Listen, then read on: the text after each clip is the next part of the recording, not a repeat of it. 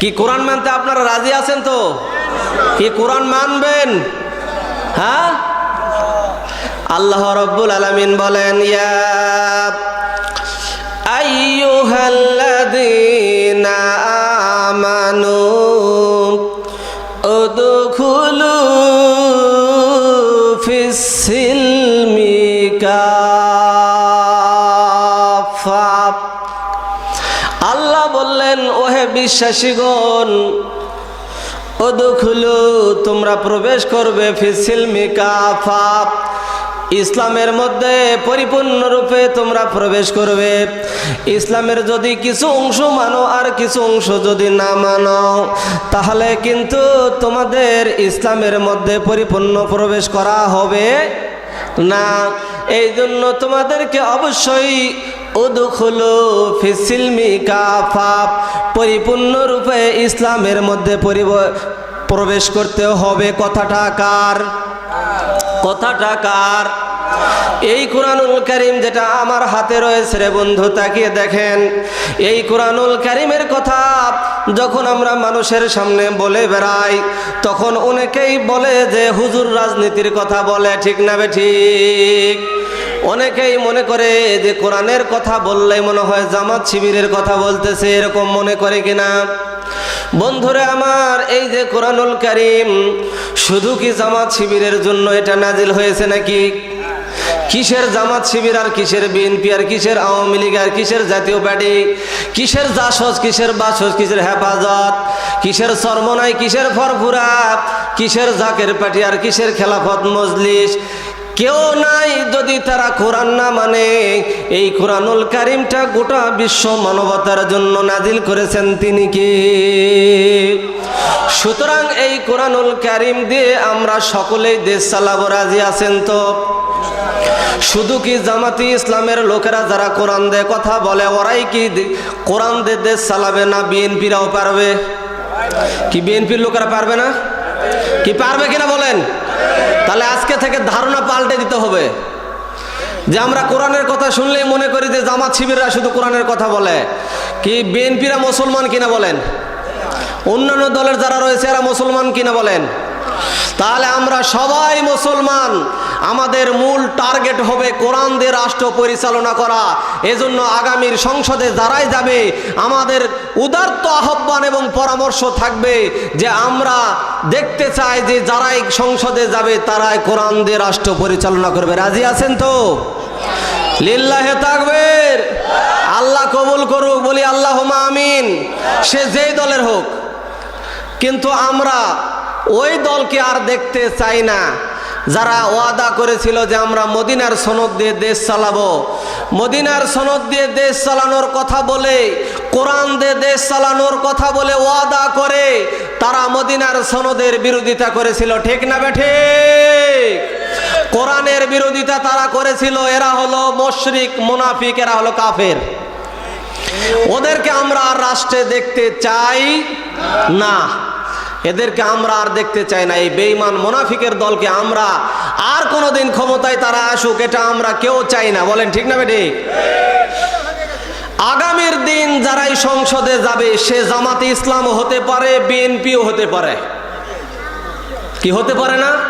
Anyhow যে কেউ হতে পারে।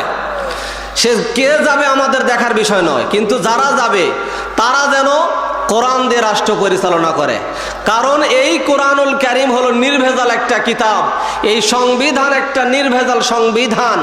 মানুষের তৈরি তন্ত্র মন্ত্র সংবিধান, এগুলিকে বারংবার সংস্করণ করা লাগে, সংযোজন অথবা বিয়োজন করা লাগে।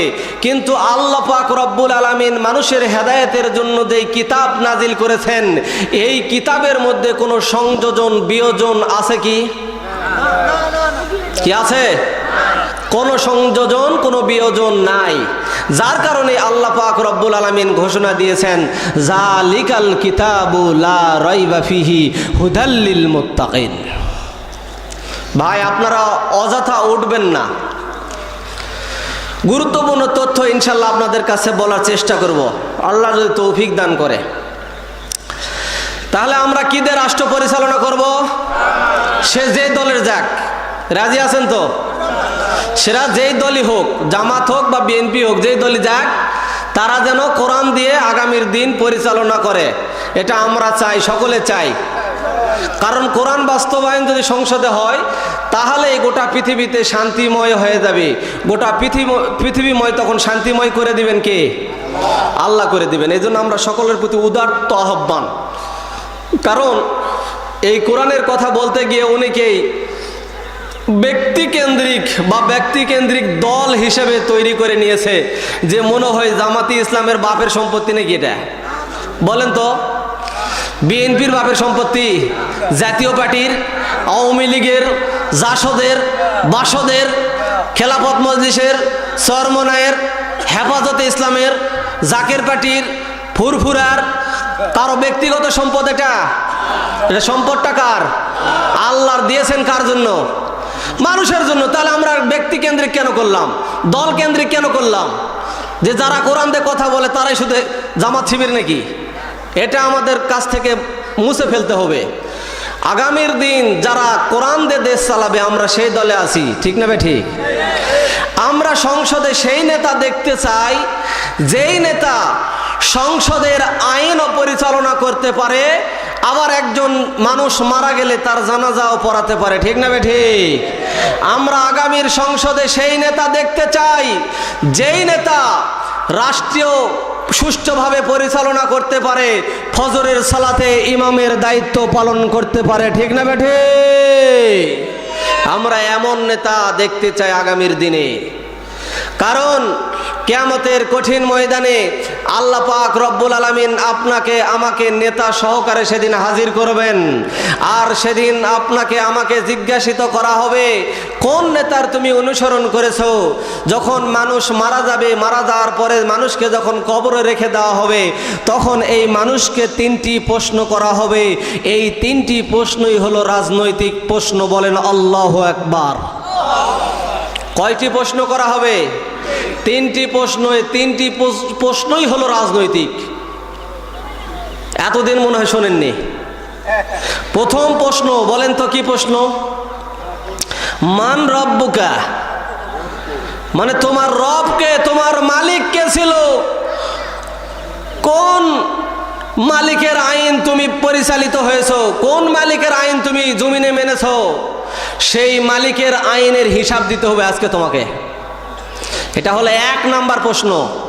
মান রব্বুকা, তার মানে তোমার মালিক কে ছিল? তুমি কার আইন মেনেছো? এই আইনের হিসাব তোমাকে দিতে হবে।